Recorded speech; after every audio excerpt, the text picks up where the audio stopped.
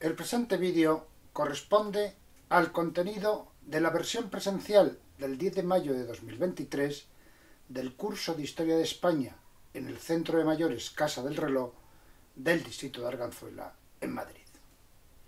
Vamos a hablar de la Ilustración en España, fenómeno de una minoría moderada y tímida con más elementos de continuidad que de cambio con respecto a épocas anteriores, y para el que la Inquisición aportó muchos palos en las ruedas.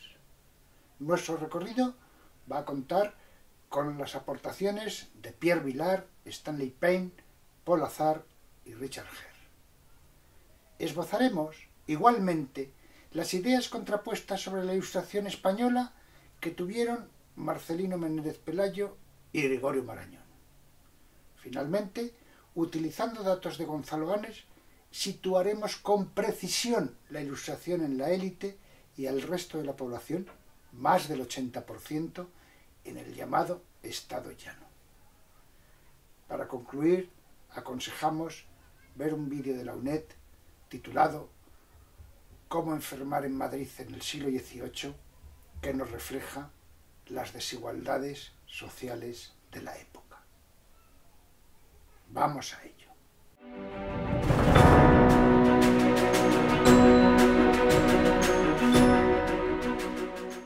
Como saben, las palabras no han tenido en todos los tiempos el mismo significado. Ilustración es un concepto nuevo. Para sus contemporáneos era modernidad. La voz ilustración, referida al movimiento del siglo XVIII, se incluyó por primera vez en el Diccionario de la Real Academia de la Lengua Española en su 19ª edición, la de 1970. En su cuarta acepción lo define como movimiento filosófico y literario imperante en el siglo XVIII europeo y americano, caracterizado por la extrema confianza del hombre en la capacidad de su razón natural para resolver todos los problemas de la vida humana. La acepción quinta dice: época de la cultura europea y americana en que prevaleció este movimiento intelectual. No obstante, desde el siglo XIX, los historiadores empiezan a utilizar el término ilustración para definir el periodo que nos ocupa. Desde la sesión anterior, en la que empezamos a tratar la ilustración, nos venimos preguntando si se dio ilustración en España. La respuesta es sí, pero en una minoría moderada y tímida. Pierre Vilar, nuestro historiador guía en la historia de España, nos explica que hay cierto patriotismo español que aún desprecia el siglo XVIII, un siglo afrancesado, pero se pregunta, ¿hasta qué punto es verdad? No hay, señala, seguimiento de posiciones extremas, ni de los que quieren abolir todo el pasado para crear una sociedad diferente, ni de los partidarios de mantener todo como está, considerando una herejía cualquier novedad. Lo que hay, afirma, es una mayoría social, hidalgos bajo clero, campesinos, impermeable a las nuevas ideas, una atmósfera que no las sustenta, y una minoría que se abre al espíritu del siglo, pero con moderación y timidez. Estas clases ilustradas no minan de ninguna forma el poder real, atacan el poderío material del clero, hacen que se expulsen a los jesuitas, se mofan de las costumbres devotas, pero respetan en el fondo la religión. Moratín recuerda a Molière más que a Voltaire. Reyes y ministros dejan que la Inquisición decadente incoe procesos de ideología a personajes de elevada categoría. La transformación espiritual tiene sus límites. Sin embargo, añade, esa transformación existe. La visión totalitaria del mundo se disocia. El pensamiento baja del cielo a la tierra. Muy pronto, un padre Feijó emprende la revisión de las falsas creencias y las grandes obras del siglo tratarán de economía social, manteniéndose a igual distancia de la antigua teología y del racionalismo de los derechos naturales. Desde luego no se trató de una transformación radical. Algunos historiadores, como el hispanista norteamericano Stanley Payne, destacan que el siglo XVIII fue un periodo más de continuidad que de cambio. Desde su punto de vista, las transformaciones que hubo, sin ser drásticas, sí fueron apreciables. El estereotipo fruto de la leyenda negra es la del español como un demonio violento y sádico, orgulloso, pomposo, engreído e inevitablemente indolente, incapaz de trabajar o de estudiar. Para él, la Ilustración española fue mucho menos proclive al radicalismo que la francesa. El principal filósofo reformista español, el longevo Fray Benito Jerónimo Feijoo, destacó por ser uno de los personajes más razonables y constructivos de la Ilustración católica europea. En general, añade, los rasgos principales de la Ilustración española parecen acercar más al imperismo ilustrado inglés y estadounidense que a la vertiente ideológica francesa más abstracta. El reformismo borbónico siempre se situó en un término medio.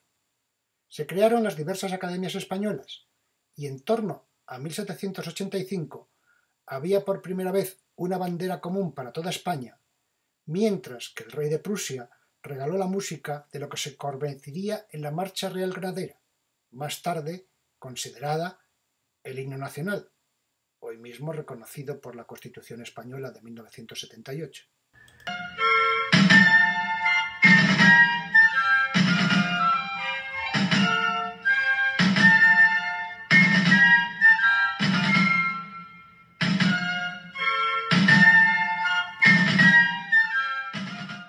Pero ¿hasta dónde alcanzó? ¿Hasta dónde llegó la Ilustración en España? Pálazar, que tiene una obra monumental, indispensable para los que quieran profundizar desde todas las perspectivas en el pensamiento del siglo XVIII, nos indica que se produjo entre una minoría y a pesar de la Inquisición. Dedicado a toda Europa, Azar se detiene en varias ocasiones en la visión de los españoles, desde los estereotipos de José Cadalso en sus cartas Marruecos, a las dificultades de publicar y difundir libros impíos por la persecución de la Inquisición, al elogio del benedictino padre Feijoo, que desde luego encumbra, la expulsión de los jesuitas o las costumbres de Madrid o los masones. Según Azar, los ilustrados del XVIII en Europa buscaban la felicidad. Consideraban que la razón se bastaba por sí misma y tenían por lema «Atrévete a conocer». Las ideas renovadoras que chocaban frontalmente con el catolicismo en España, defensora de la resignación y el sacrificio, con la promesa de una vida mejor en otro mundo. No obstante, Azar señala que la Ilustración, entre una escueta minoría, se introdujo en España por métodos imprevisibles: correspondencia, reseñas críticas que exponen la idea que combaten, contrabando de libros, sin olvidar en ningún momento que nos encontramos ante una dicotomía desigual: la masa católica reaccionaria, la minoría ilustrada. Pero en esa dicotomía de la que acabamos de hablar, ¿quiénes se oponen? Richard Hare, en la España y la Revolución del siglo XVIII, otra obra destacada y necesaria, nos señala que lo que se oponía fue la nobleza terrateniente de la Iglesia contra los ilustrados. El interés de Hare por España lo despierta Elena Fernández Mel, republicana española exiliada en París, formada en el Instituto Escuela, con la que se casó en 1946. Es la traductora al español de varias de sus obras. Hare había llegado a Francia con las tropas norteamericanas que luchaban contra Hitler. Elena estaba ya exiliada en París, estudiando en la Sorbona. Se conocieron como estudiantes, se casaron, terminaron volviendo a Estados Unidos y completando ambos sus doctorados en Chicago, en la Universidad de Chicago. En España y la Revolución del siglo XVIII, escrita en 1958. Herr señala que la Ilustración española fue el resultado del conflicto entre la visión católica frente a la explicación filosófica del universo. Lo que motivó el conflicto entre los conservadores y los que trataron de compaginar esa visión religiosa, que nunca desapareció, con la concepción cristiana de la ciencia.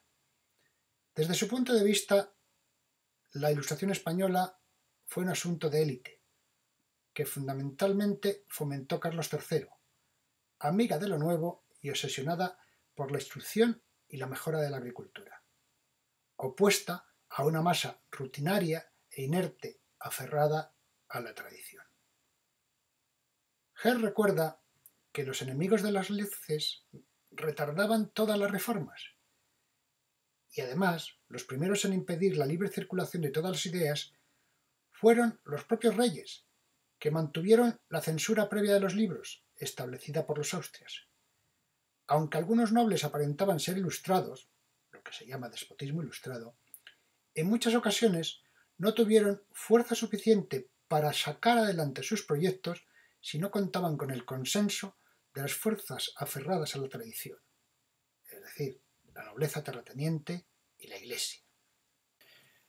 Llegados a este punto, vamos a detenernos en dos visiones contrapuestas sobre la Ilustración en España. La de Marcelino Menéndez Pelayo, por una parte, y la de Gregorio Marañón, por otra. Menéndez Pelayo, 1856-1912, fue un escritor, filólogo, crítico literario e historiador de las ideas, miembro de la Real Academia Española en 1880, diputado a Cortes en 2 legislaturas y propuesto para el Nobel en 1905. Fue asimismo miembro de la Real Academia de la Historia desde 1883, de la que llegó a ser su director. En su Historia de los heterodoxos españoles, 1880-1882, en la que hace semblanzas de herejes o heterodoxos españoles célebres, se refiere a los afrancesados del siglo XVIII, su filosofía y política, su pensamiento y la penetración de la acción anticatólica, la influencia de la Revolución Francesa y del liberalismo progresista. Les reprocha hacer actividades antiespañolas. Menéndez Pelayo considera la centralización de los Borbones, el jansenismo, todo lo francés, el liberalismo y cualquier otro pensamiento heterodoxo como volteranismo o enciclopedismo.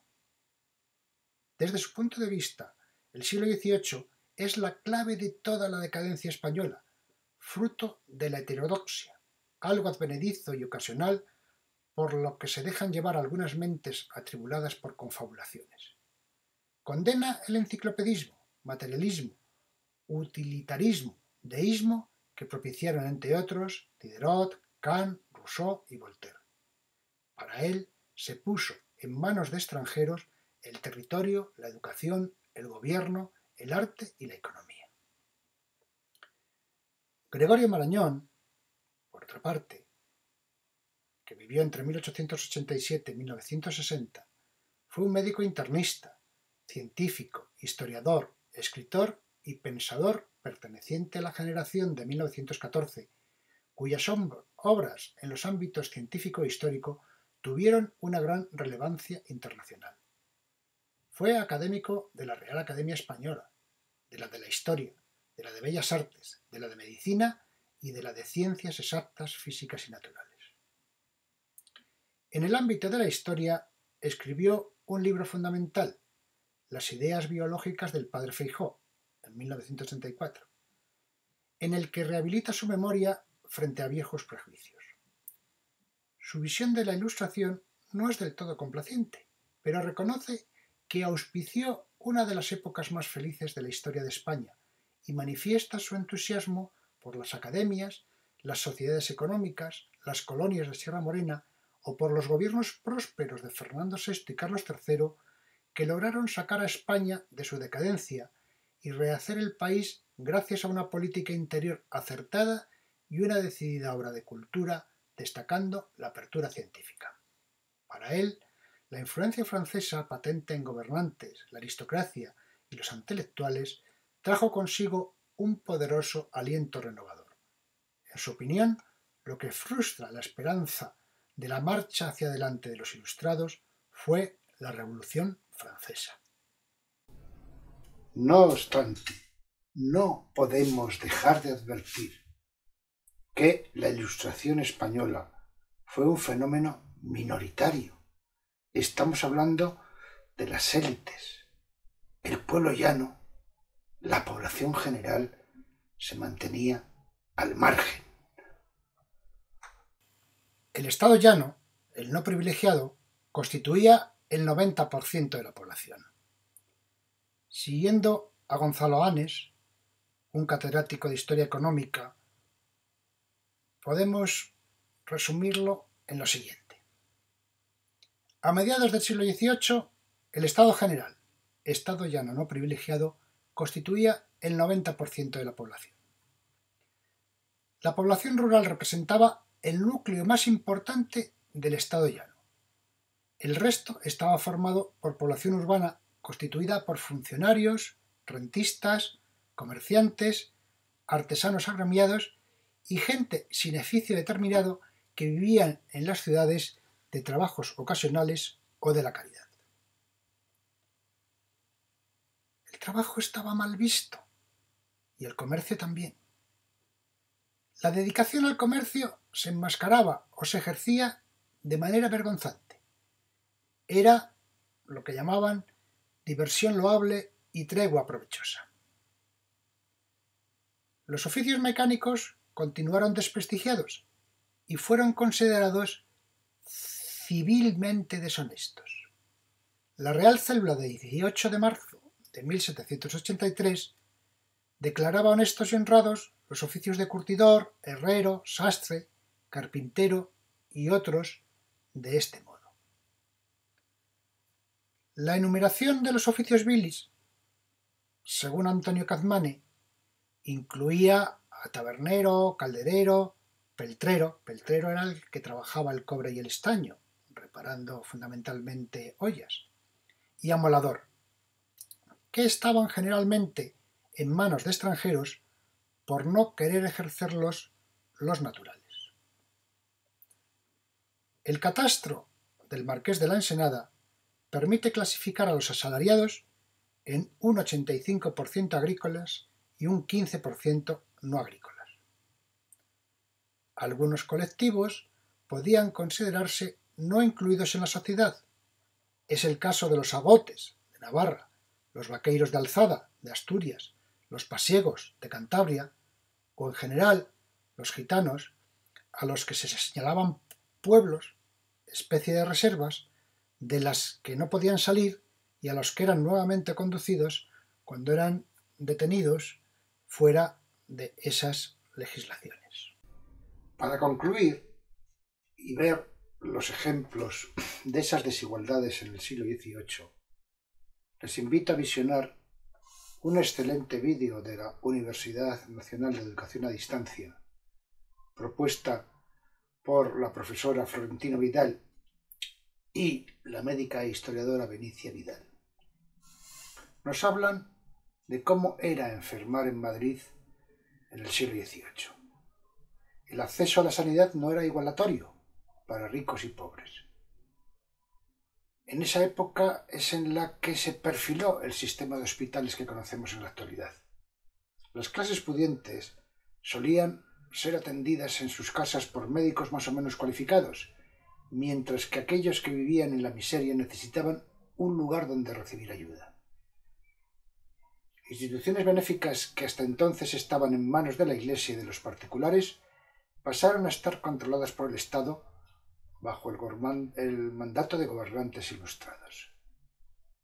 La medicina no era científica y no tenían mejores alternativas aquellos pudientes atendidos en su casa que los pobres desgraciados que morían en los hospitales. Les ruego que lo vean con atención. Les agradezco mucho su atención. Pese a no contar para nada con la mayoría de la población y ser un fenómeno que podemos calificar como apocado, la Ilustración moderada de España contribuyó a los cambios sociales que se producirán en el siglo XIX. En nuestra próxima sesión repasaremos a los protagonistas de este cambio singular. Esperando poder contar de nuevo con todos ustedes, les ruego que se cuiden, que nos cuidemos.